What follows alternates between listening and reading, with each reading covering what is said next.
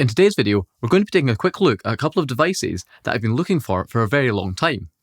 And that is this smart plug and this Shelly device. And while at first that doesn't sound particularly exciting, and it probably isn't going to be a very exciting video, both of these devices have a particular feature that I've been looking for a very long time. Or more specifically, they lack a particular feature. And that is that neither of these devices contain a relay, and therefore they can't control the power to the connected device. Now at first, that seems like a silly idea.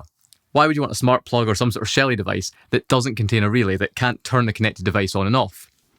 Well, that's because these do have another feature though. Both of these support power monitoring. So they can monitor the power consumption of a connected device, they just can't turn it on and off. And that's something I've been desperately looking for. Now of course, you may be wondering, sure, maybe I only want to monitor the power consumption of a device, I don't want to turn it on and off, but why do I need these special devices that don't have relays? Why not just buy a normal generic smart plug that looks identical to this one, or some sort of Shelly device that supports energy monitoring, and just leave the relays permanently on? And that would work. You could plug a device into this energy monitoring smart plug, wire something into this Shelly relay, set them so the relay is permanently powered on, maybe it automatically turns on when mains power is applied, it keeps the relay powered, and that would work. The device would stay energized and you'd be able to monitor the power consumption. But for me, there are some situations where I really wouldn't want to do that. And that's because what happens if the relay or some sort of electronics in this device fails? Any device that contains a relay to power the device means that that relay will need to receive DC power from the device's internal power supply to remain switched on. That means if the power supply in this fails, maybe the logic fails, the operating system or the software on it crashes, something goes wrong with it, that relay could end up turning off, and that would cut the power to the connected device. Now of course, if this is connected to like a lamp or your TV or something and it cut the power to it, it would be a minor inconvenience, you just need to go in and unplug it. That's not really going to be a big deal. But imagine on the other hand, it's connected to something a lot more critical that you wanted to monitor the power consumption of. Maybe your fridge, or some sort of server, home server, network equipment, something like that. Or maybe going further than that, you've got an aquarium, a tropical pet that needs a heater to stay alive. If you plug that into a normal smart plug and then that smart plug failed and killed the power to the connected device, you could have pretty disastrous consequences. Now of course it's pretty unlikely to happen. I've actually personally never had a smart plug or any of these smart relays fail, but it's definitely something to consider, since in many of those situations, the cost of a smart plug failing and killing power to the connected device could be a lot more than the additional cost or awkwardness of trying to get a device that doesn't contain a relay. The other concern with these devices failing is kind of the way they could fail. Now again, this is something completely anecdotal that I've seen someone else report, it's not something I've experienced myself, but I've seen reports where the power supply in things like smart plugs has failed, and it's failed in such a way that it's either sent AC or sort of halfway rectified DC or something like that through to the relay coil. And what that means is that rather than the relay staying switched on or just switching off, the relay ends up rapidly cycling on and off in line with the AC waveform. Now imagine you've connected that to some sort of expensive or sensitive electronics, your TV, your PC, something like that. It could have pretty bad consequences. Now of course, if you want to turn a device on and off, a smart plug with a relay is absolutely fine. This is not to scare you, feel free to use them, they're generally completely fine. But there's definitely situations where I want to use a device without a relay, I just don't want that risk, I just want to get rid of that complexity and just have a pure passive power monitor. In particular for my setup here, I want to use these to monitor some high load appliances, such as my dishwasher, washing machine, that sort of stuff. While these devices with relays are rated up to high currents, this one here is rated up to 16 amps, although it's a UK 13 amp plug, so you're not going to get 16 amps through it, it's presumably a 16 amp relay, but you can get ones that are pretty high powered. The idea of just having a relay in there, it's a bit of additional complexity. Another point of failure, you've got switch contacts in there that could wear out over time, stuff like that. I don't need the ability to turn my dishwasher on and off remotely, I just want it to be permanently powered. So if I've got something that's going to be getting a 2 kilowatt load through it, put through it fairly regularly, I'd much rather have something that's a passive device, no relay in there, and all it does is monitor the power consumption. Just seems a lot safer, a lot lower risk, a lot less points of failure. But of course the difficulty with this sort of setup is these sorts of devices are not very common. Of course, cheap smart plugs with power monitoring, very easy to get hold of, very cheap and easy to find. Same with these Shelly devices, loads of them available, huge range, but again, most of them contain relays. So for this video we're going to be focusing on these two devices, which is a Shelly device that is purely a power monitor with no built-in relay, and this interesting smart plug from IoTorero that once again doesn't contain a relay but does support power monitoring. So first up, let's go over this IoTorero smart plug. Now, you may not have heard of the name IoTorero before, but you may have heard of their previous name, which was ESPHome or @home, don't know what you'd call it, but they're a really interesting brand of smart home devices. Coincidentally, the name ended up being the same as a different smart home device, so the company that make the Homey products, is also called ESPHome, so there was some sort of legal situation, so this particular ESPHome rebranded to IoTorero, but they're basically the same devices. As you can see, even the artwork on the box is the same. And I mean, IoTorero wouldn't be my first choice of a catchy, memorable, spellable name, but hey, that's what you've got. So IoTorero are a smart home device manufacturer. And this is a particularly interesting manufacturer, because what IoTorero do is sell devices that out of the box run open source firmware like Tasmota and ESPHome. This is particularly good since while back in the day it was easy to buy a generic smart home device, take it apart and flash open source firmware onto the ESP chip it inevitably had. Nowadays a lot of these devices are coming with less known, more bespoke chips, weird and wonderful sort of Tuya branded chips and things like that, and not all of them are compatible with open source firmware. And also, you just generally don't know what particular chip your device is coming with. It may one day be shipping with an ESP, and then the next day the new batch comes in with a different chip. It becomes a bit of a gamble. So whereas with the IoTorero devices, they come pre-flashed with ESPHome, Tasmota, and I think they do a couple of other firmwares. And they're also pretty upfront with the particular chipsets that the device has. So it makes it much easier to get a device that you know will work with a local Home Assistant integration out of the box. They do a pretty wide range of different devices, so if you're interested in me checking any of their other devices out, do let me know. But for this video, we'll be focusing on their energy monitoring smart plug. So this is the model they have here. I've gone for the model that comes with ESPHome out of the box. I don't think it actually says it on the box, but this one comes pre-flashed with ESPHome. You can get it with Tasmota, various other things, and of course you could just flash different firmware onto it. You could just cross-flash it, but I thought I'd get the one with ESPHome just because that will work out of the box for my setup. And as you can see, it just looks like a generic smart plug. It's exactly the same sort of outer casing as this generic smart plug. This is a generic Zigbee one. It's presumably just the same casing and moulding that all these manufacturers use. So it's a generic little smart plug, but it seems pretty decently put together. Can't see any sort of concerns with it. It's got the proper UK socket shutter. The pins are all the right length, sleeved. It all seems completely fine. It's got the appropriate marks on the back for a UKCA certification. Of course, those can be faked, but it is sort of marked up correctly. And as you can see here, it says without relay, because this model doesn't contain a relay. Now, the only thing to bear in mind is IoTorero do sell a smart plug with a relay, so just make sure you buy the one without that if that's what you're looking for. Now, annoyingly, the one without a relay costs more than the one with a relay, but that's just going to be a sort of economy of scale kind of thing. But this is the model without a relay. So yep, it's a pretty basic smart plug, but what I thought I'd do is pop one of these open and just see what it's like inside. So now here we have another one of these plugs that I've opened up. It was relatively easy to open up. It seems like it's just glued around the side here. There's not any clips or anything. So kind of going around there with a spudger, you could kind of break the glue and get it off. Now, the one that I haven't taken apart is completely secure. I've not got any concerns with that coming apart. It does feel pretty solid. Maybe I would have liked to see clips. Just my only concern would be that in the future, if the glue ever weakened over time, heat and cooling cycles, or just with age, that you could kind of have it plugged in, pull it, and then it could, do that. But it seems okay. At least after taking this apart, I can easily enough glue it back together again. But yep, that top comes off like that. And we can see the inside of the plug. It seems pretty nicely put together, and it also seems basically identical to any other generic smart plug like this. You've got this nice little sort of separate plastic piece that houses the sort of safety shutter mechanism. This is quite nice. It means when you take it apart, the spring doesn't fly out and it goes everywhere like a lot of sockets will, so that can kind of come off like that. And under here, we can see the main circuit board. Now, I'm not Big Clive, so I'm not going to be able to go into this in a huge amount of detail. I'm far from an expert in this, but it all looks pretty decently designed. No real concerns here. Everything seems pretty well put together. There's decently thick traces on all the AC stuff. There's decent sort of cutouts for isolating between the AC and the DC. Up here, we've got our module for the network connectivity. It's just an ESP device in there, you can see on that. And as you can see there, it is actually a PCB made for IoTorero or ESPHome, so the previous names on here, but they have actually designed their own PCB for the smart plug. And then in terms of the mains connections, we can see the earth just comes straight through on the pin here and out here. There's no connection through the PCB, it's just connected on directly, which is nice. The neutral, once again, comes through, so the neutral comes through from the bottom of the plug onto the board with this copper connection here, onto the PCB, and then runs directly into the neutral terminal here. Then for the line connection, once again, we can see it comes in here, goes round here, and then it goes through this 1 milliohm resistor. So you've got this little resistor on here, 1 milliohm, And this is what they'll be using as a current sense resistor. So they'll pass the current through that resistor, very low resistance, but then they can measure the volt drop across that and use that to measure the current. And then interestingly, we can see they have actually used the same PCB as they would use on a smart plug that contains a relay. So you can see there's this area here where a relay would be installed.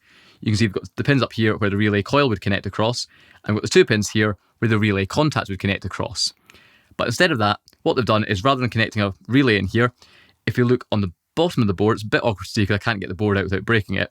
We can see that under there's this sort of, basically this big silver thing, this big chunk of metal that's basically soldered across these contacts. So that kind of just bypasses the relay and just basically puts a big chunk of metal across there to connect the incoming line directly through to the pin. Now, it would have been nice maybe if they didn't have that, because it's just a couple of additional solder joints that could fail, and they maybe just brought this directly through onto the pin. But fair enough, that would require them to make additional PCBs, and it probably just wasn't deemed worth it. But that does seem fine. It's a very substantial piece of metal, so I've not got really any concerns there at all.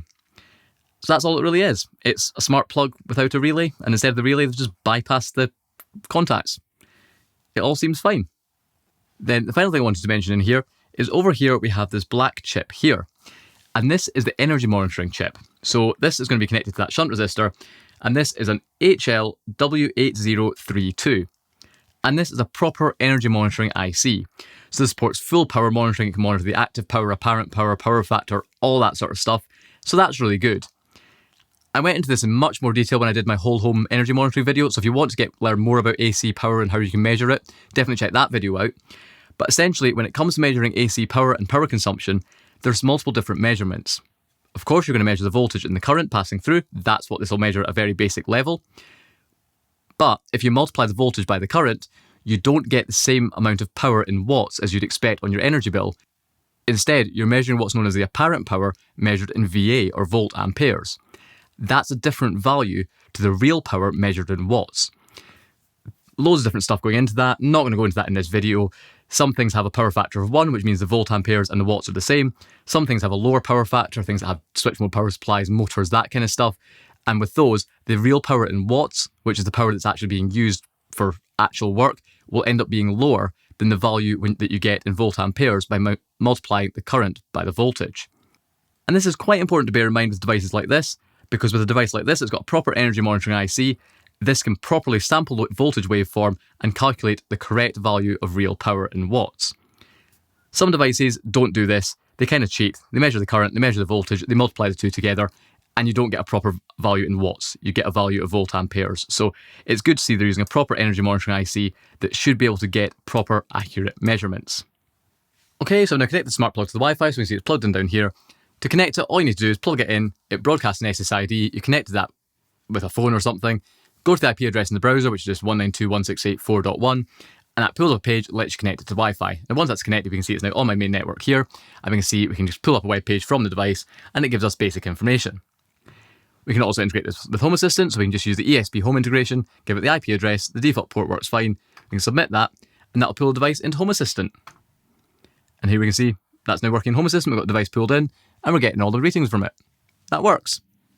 So now with all that connected up, let's test it with a few different loads. So to allow me to kind of get a sort of second measurement, I've plugged this sort of fairly basic but power monitor that I trust into the smart plug. So we're going to put the device through both of these monitors, and we can just check the values roughly line up. Now, of course, here, the smart plug is then also going to monitor the power consumption of this energy monitor, but it's so low, it shouldn't really be an issue. I mean, it isn't even sort of registering on the screen right now, it's that low. So the amount of error isn't really going to be a problem here. But none of these are properly scientific tests or anything like that. So for the first test, I've got this massive electric heater we're going to test, because this should be a purely resistive load. So this should have a power factor of 1. The real power and apparent power should be the same. So the voltage multiplied by the current will be the exact same value as the power with this particular device. We can also turn on different elements, so we can kind of adjust the power consumption of this. Additionally, this is a massively, hideously overpowered, or scarily powerful heater. I think it's 2.8 kilowatt. It's a sort of thing where even the plug and extension leads, any kind of cables it's plugged into, do get warm just when you run this for a little while. So this is going to be a good test of this device, because this is by far the sort of most power you'd ever be putting through something like this, really. So let's turn it on and see what happens. So we'll just turn on the fan first and see what we get. Of course, didn't think about the fact this is going to be loud, but that's on there. So we can see we're drawing about 32 watts measured on the energy monitor there. And if you look up in Home Assistant, we can see that we are also drawing 32.8 watts. So power consumption is very close. Now, of course, it is going to fluctuate around a little bit, but it's pretty close. We're getting very, very similar values. Also, because right now this is just powering a motor, there's no heating element switched on, what you can actually see here is the power factor is not 1. The power factor is around about 0.8. So this means that actually the real power we're measuring in watts is not going to be the same as multiplying the current by the voltage. And you can actually see we've got the apparent power, which is the current multiplied by the voltage, is 42 volt amperes versus this being 34 watts. So this goes to show why it is important to have a smart plug that can measure proper real power, not just something that's going to multiply the current by the voltage. So yep, that all seems to be measuring basically what I'd expect. Accuracy compared to this other engine monitor is also absolutely fine. There is obviously slight discrepancies, but neither of these devices are high-end calibrated devices, so as long as they're vaguely close, that's all that I really care about. So now let's turn on one of the heating elements and see what happens when we turn that on there. That's turned on the first element.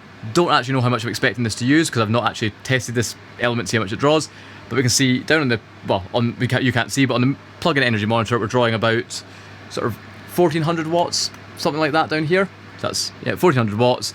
And same up here, again 1400 watts.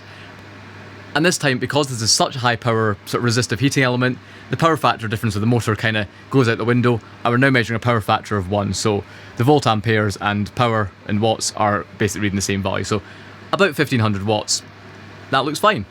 So now let's do the scary one and turn on both elements, because this is going to get very high power very quickly.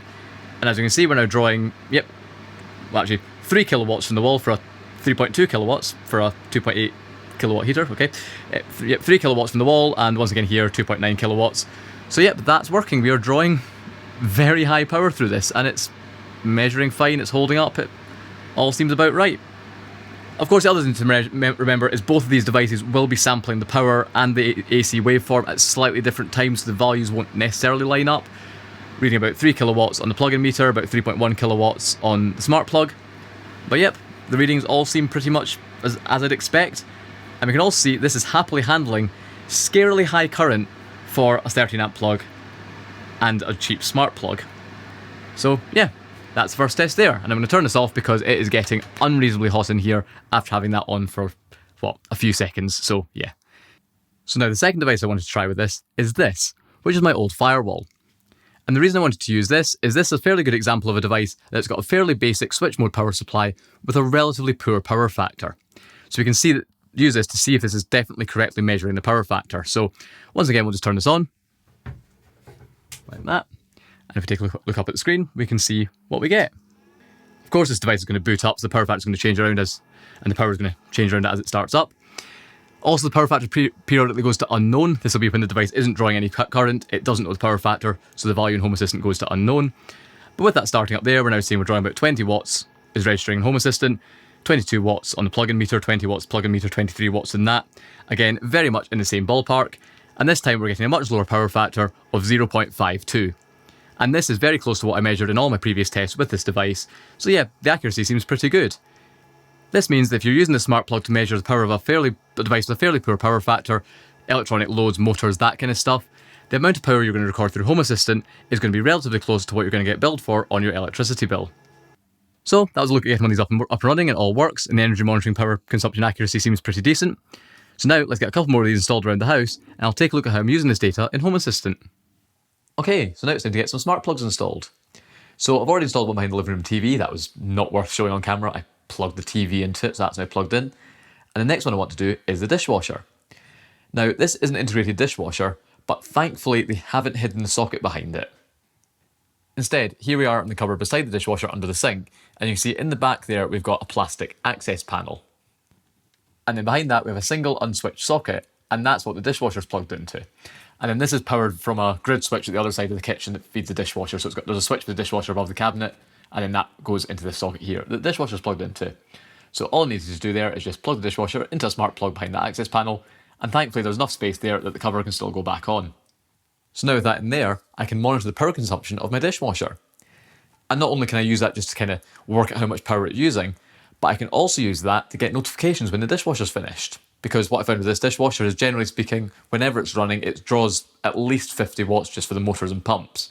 So what I could easily do is set up an automation in Home Assistant that as soon as this draws any kind of reasonable amount of power, we class the dishwasher as being turned on, and as soon as it then goes back down to 0 watts for sort of however long it really needs, so it goes down to 0 watts for maybe a few minutes or something, that's enough to classify that the dishwasher is now finished its cycle, and it can then send me a notification saying it's finished. So that's a very easy way to make this device smart and send me notifications without having to buy some sort of smart dishwasher. The next appliance I wanted to monitor is my washing machine, but this is going to have to wait a little bit longer because I can't really get to the socket. Unfortunately, since any kind of house builder or developer clearly doesn't think about future maintenance, the socket for this washing machine is buried directly behind it. You can see we have another space here for a tumble dryer that we've not got, so the robot vacuum's in there. And as you can see, the socket is just on the wall behind there. And once again, this is 2 unswitched sockets, switched from a grid switch above the worktop. But because the socket's hidden behind the washing machine, I can't really connect anything into that.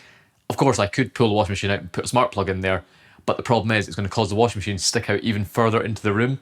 In fact, it already protrudes a little bit from the unit, and I think that is because the plug is hitting the back of the washing machine. So putting a smart plug in there would just be silly because it would stick out even further. Now, a couple of ideas I did have. One of them was to use a Shelly PM Mini, put that in the socket behind the washing machine, so behind the socket, and kind of have that energy monitoring hidden inside the socket. And that would work, but there's a reason I can't really do that, and I'll talk about that when we focus on the Shelly PM Mini. The other thought I had was to then use some sort of extension lead, because even though we've got the washing machine here, off the side here is this kind of filler panel, and behind that there's a big gap with just some pipe work for the washing machine.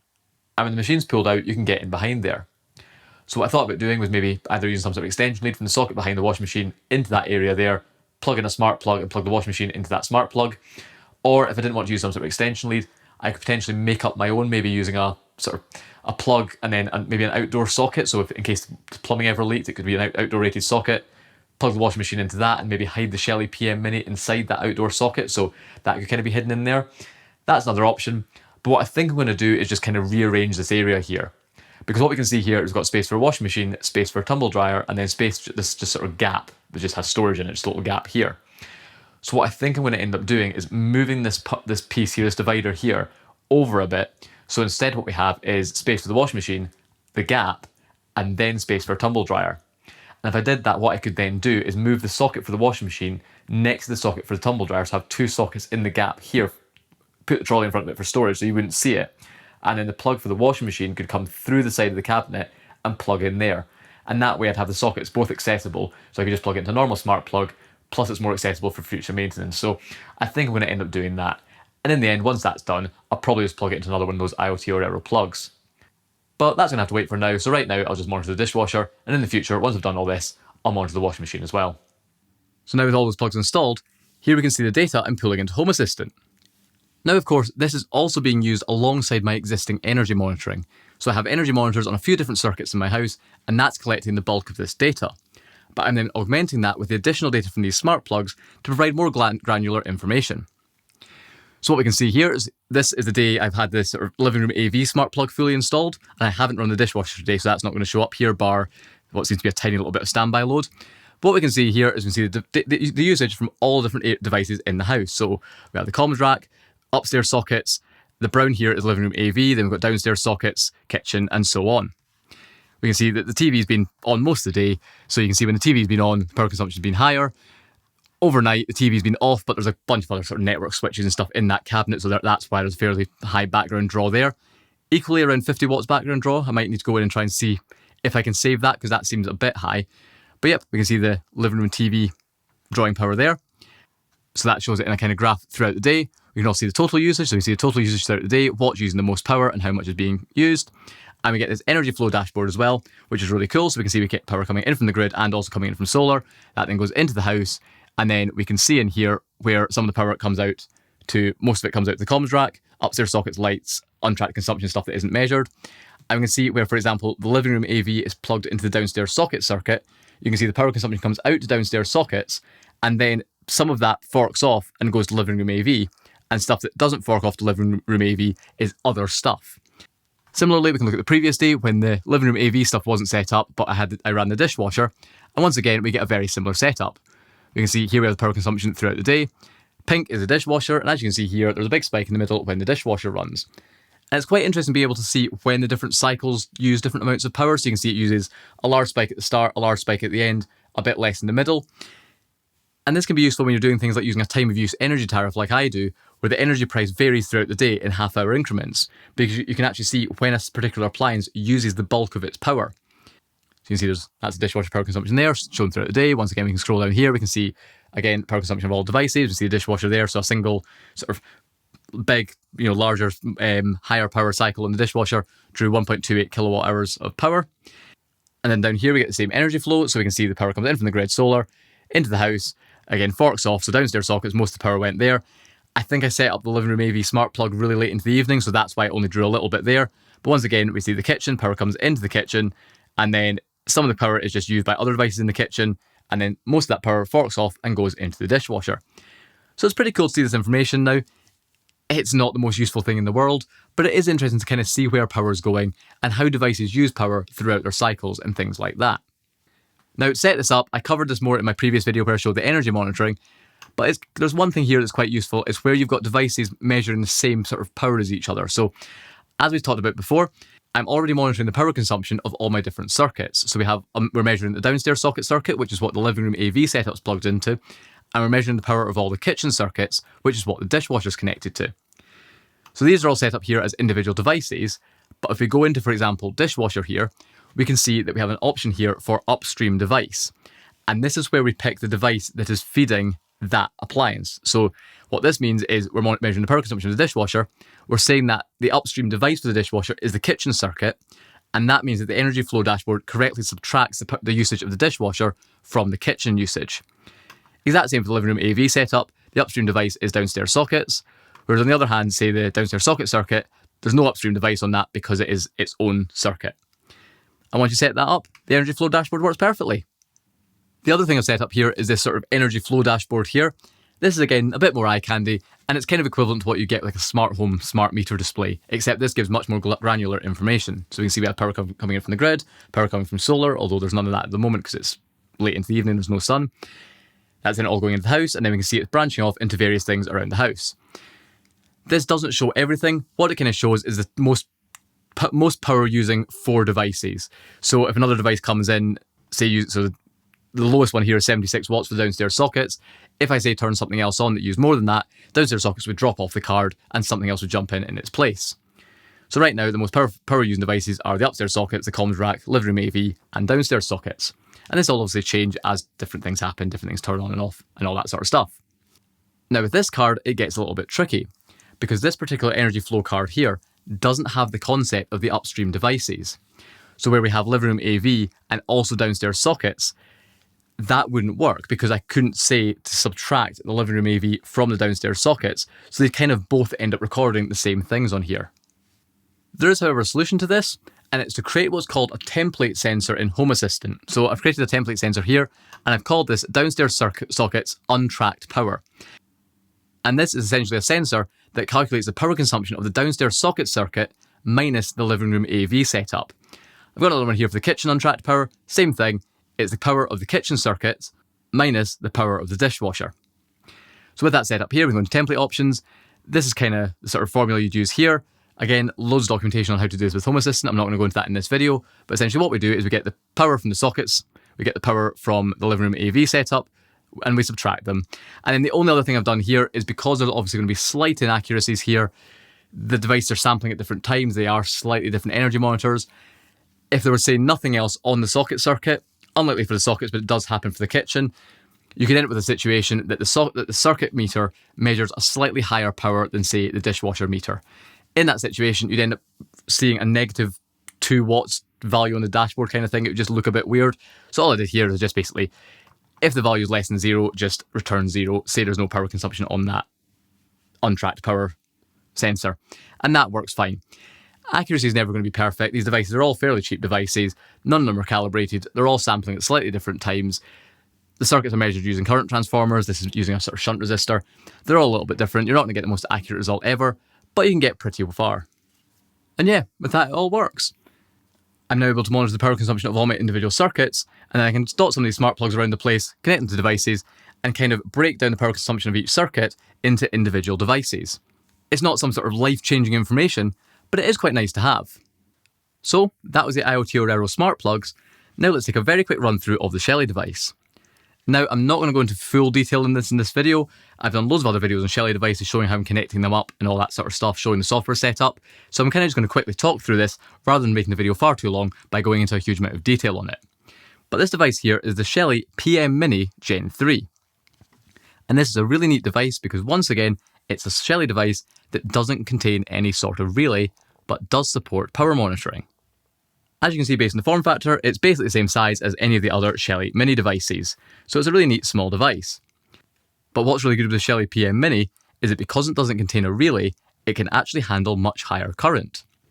So as you can see here, the Shelly PM Mini is rated up to 16 amps, whereas a regular Shelly Mini device like the Shelly 1 PM Mini here, which has a relay, is only rated up to 8 amps. Now, of course, if you needed more current on a Shelly device that's got a relay, you can get a device like the full-size ones like this here, the Shelly, just think the Shelly 1, I think it is. Yeah, Shelly Plus 1. This, of course, supports up to 16 amps, so it is available, but it is nice being able to get 16 amps, support for 16 amp current in such a small device. In terms of connecting this up, pretty simple, fairly similar to most other Shelly devices really, but we'll quickly go through it. So what you've got in here is you've got a line and neutral terminal here, so this is your line into the device, and then neutral because it'll need a neutral to power it. So you've got those two terminals there. And then on the left hand side here, we have these two output terminals. And this is quite important to bear in mind because these are both just line outputs. You don't connect the device you're measuring into this and back out again. You just connect line and neutral here, and then you've just kind of got two separate outputs there if you wanted to use them. I don't think there's really any reason for that. I imagine the only reason is probably because it's easier to get a part like this that has just the four screw terminals on it. So it makes sense just to make two of them output terminals. They are just common together. So I've got a multimeter here, so if we touch that together, it'll beep. Hopefully you can hear that. So if we go between line and the output terminals, you'll see that's connected together, that's connected together. And similarly, the two output terminals are just common together. So when you're wiring this up, what you do is you connect line and neutral to the incoming supply, be it your circuit, a plug, the feed into an appliance, whatever you're doing. And then you connect the appliance you want to measure. You connect the neutral of the appliance into the neutral here, potentially in some sort of external connector block. And you connect the line to the appliance into one of these two output terminals. So that way, line and neutral are going into this, line then comes out to the appliance, and then your neutral to the appliance will be connected somewhere else. And that would let this device measure the power consumption. And as I mentioned, this is rated up to 16 amps. And with this device, there's tons of different ways you could use it. For example, if you've got a hardwired appliance that's maybe wired through a fused spur, you can install this device behind the fused spur and use that to measure the power consumption. Alternatively, you could even install this inside an appliance. If you say it has some sort of kitchen appliance, washing machine, something like that, you could open it up and install this somehow inside it in line with the mains connection and use that so the device can measure its power consumption completely internally. Alternatively, if you had a device that maybe had a sort of mains flex that you wanted to install kind of inline power monitoring on, you could get a junction box like this. This is what I looked at in a previous video. This is a quick fix JBU, and what's really cool with this is a junction box, maintenance free, but if you open it up, it's got a large amount of space in here that's designed for things like Shelly devices and other kind of smart relay modules. So you can install a Shelly in there, bring a flex coming in here, bring a flex out the other side off the appliance, wire the line neutral into the incoming flex, wire the outgoing flex into the neutral and one of the output terminals, and with that you'd have an inline energy monitor inline in the flex. Only thing you then also need to do to comply with sort of wiring regulations in the UK is when you click this shut, it can very easily be opened again and access live parts. So what you need to do with this is just put a zip tie through these parts here, and that just allows you to secure it shut, so you need some sort of tool to open it. It's got proper cord grips, so you'll be able to just do that and use that to sort of put inline energy monitoring on an appliance. But there's only one thing with this device that maybe slightly limits its use, so it's important to bear in mind, and that is the 16 amp rating. Now 16 amps is a lot of current, but if this is something you're applying on hardwiring into a circuit, it's something to be very mindful of. Because you couldn't, for example, install this behind a double socket, because if you had a double socket there, you could easily plug two 13 amp devices into that and easily overload this. So that wouldn't really be permitted. Now, of course, you could potentially install this behind a single socket, because with a single socket, the most you could draw through that would be 13 amps. So that would be fine. But there's one thing in the Shelly instruction manual for this that kind of means that would technically not be permitted in some situations. And what I'm talking about is this line here in the instructions, where it says the device has to be secured by a cable protection switch in accordance with a EN standard, tripping characteristic B or C, maximum 16 amp rated current. And this is where the issue lies, because at least here in the UK, the vast majority of socket circuits are either 32 amp rings, or a lot of them are 20 amp radials. that means that the protection device on that whole circuit would be rated at either 32 or 20 amps. So if you were to install this, say, even behind a single socket, while technically the most you could ever pull through it would be 13 amps because the fuse in the plug would limit that, you're technically not then installing it on a circuit where it's protected by a 16 amp breaker. The only way to really comply with this particular instruction would be if you installed this on a 16 amp radial circuit. Now, if you've got a 16 amp radial circuit, absolutely that would be brilliant. You can install this behind a socket, wire the socket into that, wire it into an appliance without any kind of fuse, and that 16 amp circuit breaker would mean that would be permitted.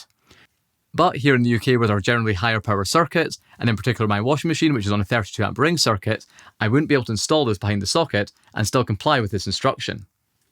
Now, of course, you may look at this and just say, well, it's an instruction, it doesn't really matter. There's a lot of safety warnings here, let's face it.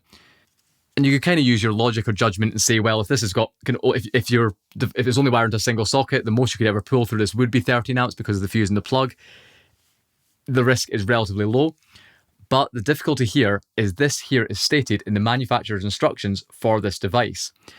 And the way the UK's wiring regulations work is, generally speaking, anything has to be installed in accordance with the manufacturer's instructions. So if they state that it has to be protected by a 16 amp circuit breaker, it has to be protected by a 16 amp circuit breaker. Even if they put something stupid in this, like you can only connect it up with pink coloured cables, technically speaking, you'd have to comply with those instructions. So that's the difficulty here, is if you're installing it in the UK, you'd have to install it on circuits that are rated up to a maximum of 16 amps. So it does kind of limit the use on, say, installing this behind sockets and things like that. But yep, that's a Shelly PM Mini Gen3. And it's a pretty interesting device and definitely really useful if you're looking for something to measure the power consumption, but without adding in the additional complexity and failure points of a relay. So there you have it. That was a look at the IoTorero smart plug without a relay and the Shelly PM Mini. And while the target market for these devices is probably relatively small, and it's probably not been the most exciting video in the world, these are pretty interesting devices, and I'm really looking forward to adding more of these around the house to allow me to get more fine-grained monitoring of my power consumption. So hopefully you found this video interesting or potentially useful if you're considering setting up some sort of way to monitor power consumption of devices without introducing relays and switching complexity. And if you're interested in buying either the IoTorero smart plug or the Shelly PM Mini, I'll leave links in the video description and in a pinned comment. And also, if you're interested in finding out more about how I set up my whole home energy monitoring, where I'm monitoring the power consumption of all my different circuits, then definitely check that video out as well. But all I'll say now is thank you very much for watching.